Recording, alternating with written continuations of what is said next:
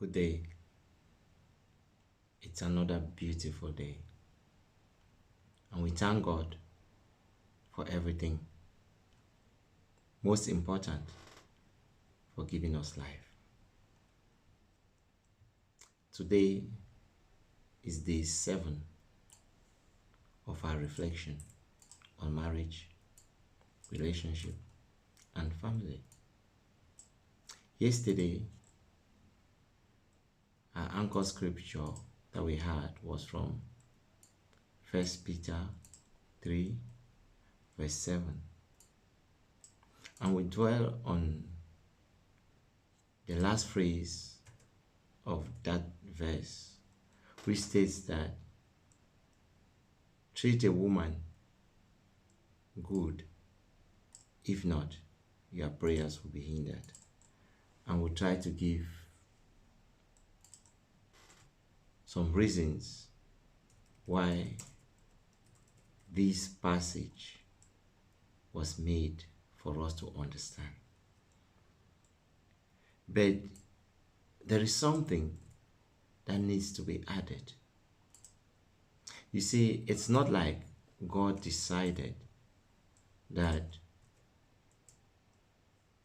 the woman should be the center of everything when it comes to men. That if you don't treat a woman right, your prayers will not be hindered, which therefore means some women might take advantage and feel that because that scripture is like that, then a man's destiny is tied down to the woman. But that's an erroneous thinking, because it's a fallacy. It doesn't work like that. It doesn't. When God is talking about a wife, talking about a man treating a wife good, he's talking about a virtuous wife. He's talking about a wife that also respects the man. So, before God stopped listening to the man, the woman must be pure. The woman must be virtuous. The Bible talked of something about nagging. And it says a man cannot live with a woman who nags. So it's another thing. So the attitude of a woman, it's paramount here. What is your attitude towards your man? Do you respect the man? In as much as the man loves you, do you respect him? Or do you take advantage of his love? Or you are this type of Christians that you pick verses from the Bible and you are quick to say or to show your husband that look at what the Bible said. If you don't respect me, if you don't treat me good, then your prayers will not be heard. Do you use it as a way to blackmail your man? Do you? It's time for us to ask ourselves these questions, because there are so many other things that is in consideration. Now, for instance, what do Proverbs 15 verse 1 says? It says, a soft answer turns away wrath, but the harsh word stirs up anger. What is your attitude as a woman? Are you the type of woman that responds in a very harsh way to the husband? What is the language that you use to him? Because communication is key when it comes to respect and disrespect. You can have a good point. You can have a good cause. But the way you present it makes it bad. I want us to reflect on these scriptures in Proverbs 15 verse 1. A soft answer turns away wrath. Just imagine that your husband is angry for something, or the woman is angry on something. And the moment he's angry and you say the things that you want to say, then the response to your partner is like so soft, do you think you will react? Even if you wanted to react violently, that reaction, it will neutralize, that answer, that approach will neutralize that reaction. It's a natural thing. But when the person is annoyed at that particular time and you want to talk back and you increase your voice to make that the person must listen to you, how do you expect somebody who is angry to listen? That's the mistake we do all the time. Someone is angry and is venting out his anger, and what do? You tend to talk back. You stir it up. You stir it up. That is why God says that your answers should not stir up anger in somebody. Sometimes silence matters. You are silent not because you are wrong. You are silent because you are mature enough to understand certain things. That's why you are silent, because you are mature enough to understand certain things. Not because you are stupid. Not because you're a coward. Some people look at silence like that. But we should understand. There comes a time that you sit and watch and you listen. Psalm 37 verse 8, which is our next verse on this day 7 of our reflection, says, refrain from anger and forsake wrath. Fret not yourself, it tends only to evil. You see, anger breeds evil. Anger gives the devil an opportunity to hurt your relationship. Anger opens the door for a sinful behavior that can harm relationships. Anger, to some extent, might lead to addiction.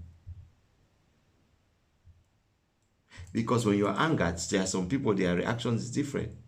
When they are so annoyed, they try to vent up that annoyance. But might be going to a bar to drink. You take 1, 2, 3, by the time you get it. And if you are constantly being pushed, what happens? You constantly drink. Gradually, you become addicted to that alcohol. And when you are addicted to that alcohol, you become a drunkard. It will lead to violence. Sometimes you react. You might even go physical without even knowing the exact thing that you are doing, because you are intoxicated and controlled by the substance.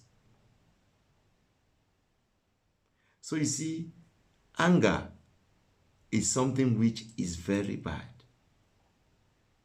It's not something that we should joke or play about. You see, Ephesians 4 verse 31 says, let all bitterness and wrath and anger and clamor and slander be put away from you, along with all malice. Along with all malice. You see these things? The best way to vent out your anger is dialogue. But before that dialogue comes, you need to control that anger. How do you control that anger? It's for the other person to stay quiet. We often say there can never be two captains on a ship. When somebody is angry at that particular point, that person is that captain at that moment. If that person is be the man, be the woman. As your voice goes up, as you start, you vent your anger like that, you are that captain at that time. At that time, the woman assumes the position as captain. Because you are the one with the high voice, high pitch. It stands at that particular level. But the other person should stay quiet. Don't react. Because you stir up that anger in him or him. You stir it up. Don't react. I'm not saying that it's easy. Sometimes not to react is just to leave that environment. Sometimes. But you make sure you come back and talk things out. Make sure you come back and talk things out because it's important.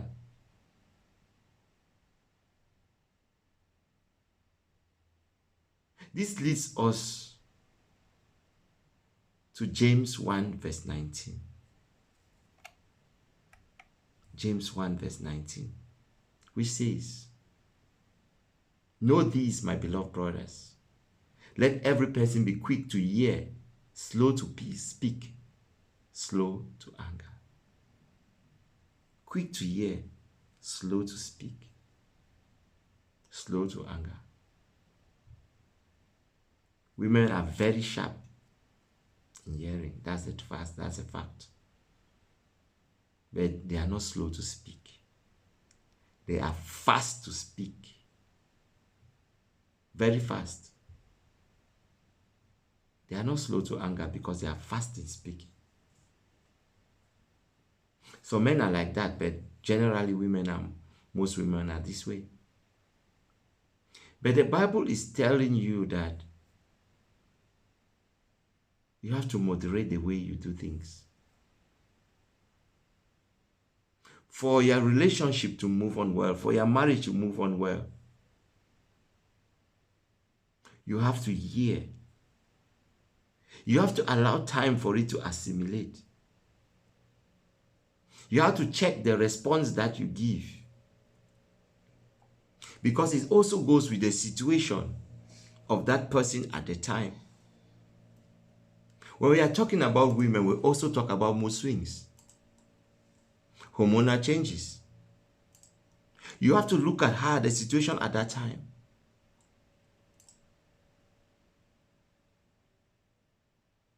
You see, when it comes to dialogue, there is something about timing, which is very important. Timing is important. Timing. When do you talk? At what time? What circumstance? Just imagine now, there is World Cup going on. Football. Everybody, men, especially men, about 90% of men, they love football. Sometimes they will even leave their job now early and running home. In fact, they are rushing because they want to watch a match. Might be your wife has a good something that he wants to discuss with you. Something that is beneficial for the family. Something so important. Now, she's also eager to talk because she knows that this thing is so good for the family. Now, when you rushed, immediately you came, you bam, put on the TV, you started concentrating on your football. At that time, because she's so eager to tell you that news, at that time she comes to tell you that news. What will be your response? What is the expected response that the man will have? At that time when he's concentrating, he wants to see whether football, especially, might be they have even scored his team. And he's there watching. He will tell you to leave this place. Please, I don't want to see you. Just leave. Just allow me. Now, the woman, what do you think? At that time, why would she reject me? Why would he reject me? I want to say something which is very important, beneficial to this family. Why is it not that my ideas will not be heard? That is not the case. The man will listen, but you see the timing is wrong. He will never listen at that time. And at that point, you feel that the man is rejecting you. The man did not reject you. You should understand timing is important. It's very important. Maybe he's rushing for a meeting.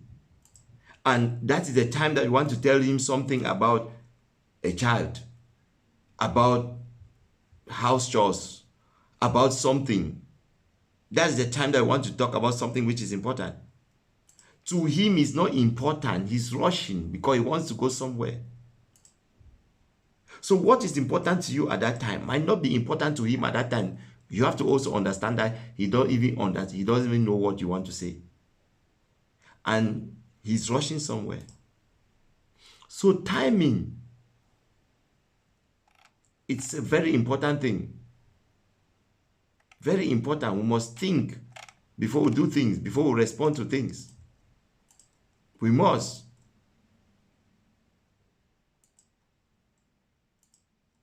So you see, when we spoke of the verse yesterday in 1 Peter 3, verse 7, talking about that men, you should treat a woman right, if not, your prayers will not be heard. We're talking about a woman that understands this thing.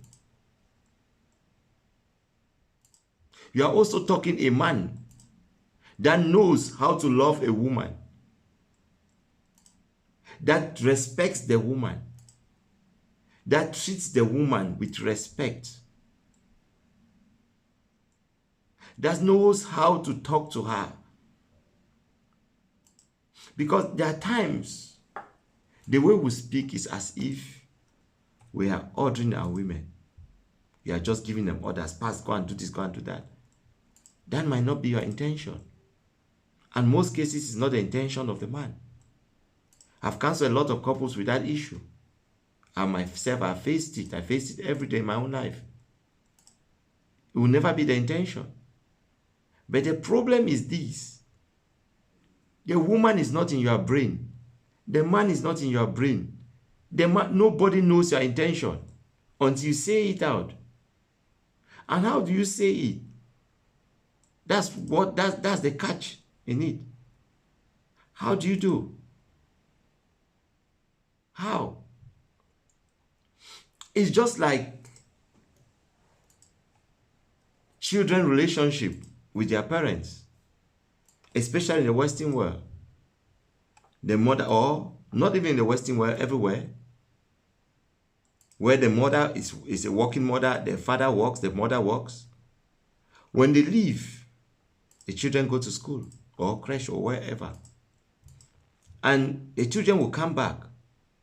They are expecting to see their mother, to be with their mother. Maybe the father comes early and the father is playing with the children, or the mother comes early. But you see, they are eager. They have not seen the mother for the whole day. They have not seen the father for the whole day. And when they come, what is your reaction? Children, the only thing that I want to be with my daddy, I want to be with my mommy, they jump. They play around. And what's your reaction? Leave this place, I'm tired. I'm tired. I'm tired. The man will say, I'm tired. The father will say, I'm tired, you have to leave. I am tired, leave. I'm tired, leave. The woman, no, these children, close. Let me go to my room and rest. Look, I'm resting. Nobody should come here. Now, what do? You send your kids away from you. That's exactly what you do. They don't understand your language. They don't understand this entire thing that you are saying. They miss their mother. They miss their father. They are not in your brain. They are not in your heart. All what they see is what you do, your action. They rely on your action. So it's the same with us adults. We rely on the action of an individual, of one another. Another thing is how we gesticulate. Attention seeking. You see, when a woman gets to tell you something, and it's like you are looking somewhere else, or you are thinking about something, or you're doing something different, you don't concentrate to listen to what she wants to say. She feels belittled. She feels that she's not important. That is how it is. Sometimes they just want to tell you their day at work. Maybe they've got a stress at work. If they you see, men, please. Women always find a way to talk. They want to tell you their day. They have their gossips that they want you to listen to. You must listen, whether you like it or not. That's part of marriage. She will talk, she needs to talk, and she has to talk. Let me tell you something. If you don't give her that ear, another person out there will give her that ear, and she'll call a friend. Might be something that you don't want, but she wants to talk. Something is bothering her, something is disturbing her. She will not keep it. Women don't keep it. They want to say it. They must vent it out. So you better understand this. Sometimes listen. In the story might not be interesting, but just listen. Sometimes they'll tell you, this is my friend this way. Look, please.